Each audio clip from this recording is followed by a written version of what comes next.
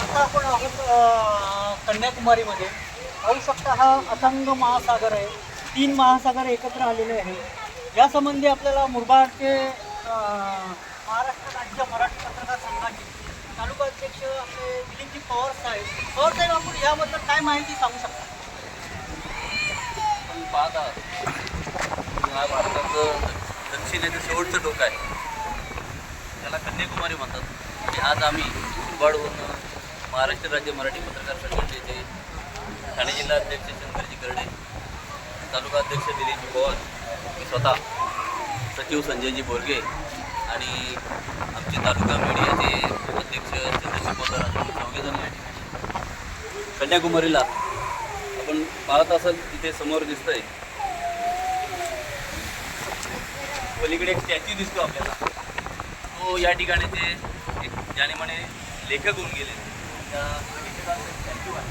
आणि त्याच्या बाजूलाच हे स्वामी विवेकानंदांचं मेमोरियल आहे, स्मारक आहे, जे या अथांग समुद्रामध्ये दगडावर भारत सरकारने कोरलेलं आहे. अनेक लोक या ठिकाणी भेटी देतात ते स्मारक पाहण्यासाठी. आता पण इथे पाहत असाल की अनेक पर्यटक देश विदेशातून अनेक पर्यटक या ठिकाणी. हा जो संगम आहे, त्रिवेणी संगम, अरबी समुद्र, हिंदी महासागर आणि बंगालचा उपसागर असा यांचा संगम, या तिन्ही सागरांचा संगम या ठिकाणी झालेला आहे. म्हणून या क्षेत्राला पवित्र असं क्षेत्र आहे हे. 3 महासागरांचा या ठिकाणी संगम झालेला आहे. आणि हे जे पाणी आहे ते अतिशय शुभ्र असं पाणी आहे, अतिशय शुभ्र. आपण बघितलं की या पाण्यामध्ये इतकं शुभ्रता आहे, निर्मळ पाणी आहे या समुद्राचं, या सागराचं. आणि म्हणून या ठिकाणी लोक हे दृश्य, विहंगम दृश्य पाहण्यासाठी हजारो लोक या ठिकाणी येत असतात. ज्या स्वामी विवेकानंदांनी त्या धर्माची शिकवण दिली, अस्मिता काय आहे ती शिकवण दिली, आपल्या भारत देशाचा आणि हिंदू धर्माचा सुद्धा त्यांनी झेंडा शिकागोमध्ये फडकाविला. माय ब्रदर्स अँड सिस्टर्स या 2 शब्दानेच त्यांनी अख्खं सभागृह जिंकलं, अख्खं युरोप जिंकलं, अमेरिका जिंकली.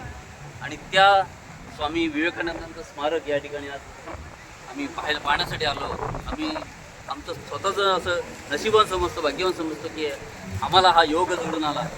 आणि हे जे दृश्य आहेत ते आपण पाहू शकता की अथांग सागर समोर पसरलेला आहे, अथांग समुद्र आहे, समुद्राच्या लाटा येत आहेत आणि अनेक पर्यटक, अनेक लोक या दृश्याचा याचा आनंद घेत आहेत. आम्ही सुद्धा या ठिकाणी आलेलो आहोत आणि आम्हाला सुद्धा एक धन्यता वाटली की या ठिकाणी आपण आलोत आणि स्वामी विवेकानंदांच्या चरणी आम्ही लीन झालो आहोत. त्यांचे विचार, त्यांच्या विचारांचे नेहमी पायीक राहण्याची आम्ही या ठिकाणी प्रतिज्ञा करू, असं या ठिकाणी मी या ठिकाणी सांगू इच्छितो. धन्यवाद. समता सामाजिक लाईव्ह शंकर करडे.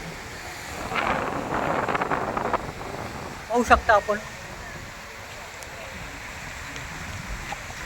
अथांग असा महासागर आहे हा. 3 सागरांचा संगम आहे हा.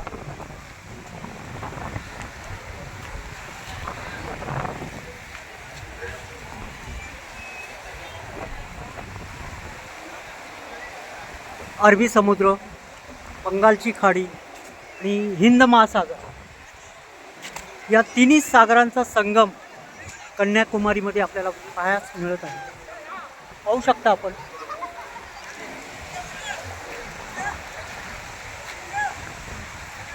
समोर आहे जो स्टॅच्यू आहे स्वामींचा.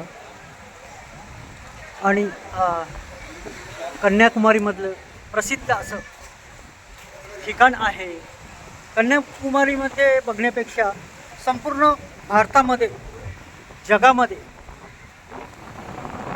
या सागराविषयी उत्सुकता दाखवली जाते. हजारो पर्यटक, लाखो पर्यटक हे परदेशातून तसेच संपूर्ण भारतातून हे दृश्य बघण्यासाठी येत असतात.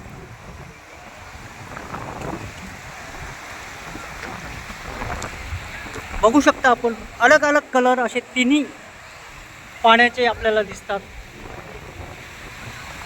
हिंद महासागर, बंगालची खाडी, अरबी समुद्र या 3 महासागरांमध्ये हा व्यापलेला महासागर आहे. लाटा बघू शकतात आपण.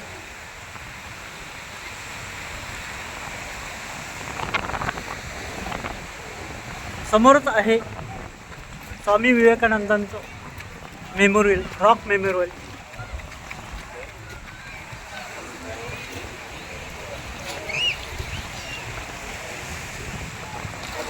जगप्रसिद्ध असे हे ठिकाण आहे. या ठिकाणाला बघण्यासाठी लाखो भक्त स्वामींवर भक्ती करणारे, स्वामी विवेकानंदांवर पाहण्यासाठी येत असतात. पाहू शकता तुम्ही समुद्राच्या लाटा कशा वाहत आहेत. वाऱ्यासारख्या लाटा ह्या वाहत आहेत. वाऱ्याच्या वेगाने ह्या लाटा आपल्यास बघायला मिळत आहेत. समोरच आहे स्वामींचं स्टॅच्यू, तसेच स्वामी विवेकानंद यांचं मेमोरियल. जगप्रसिद्ध असं हे ठिकाण आहे. पाहू शकता आपण तीनही महासागरातलं पाणी संपूर्ण अलग अलग हे पाणी दिसतंय. निळसर असं पाणी आहे.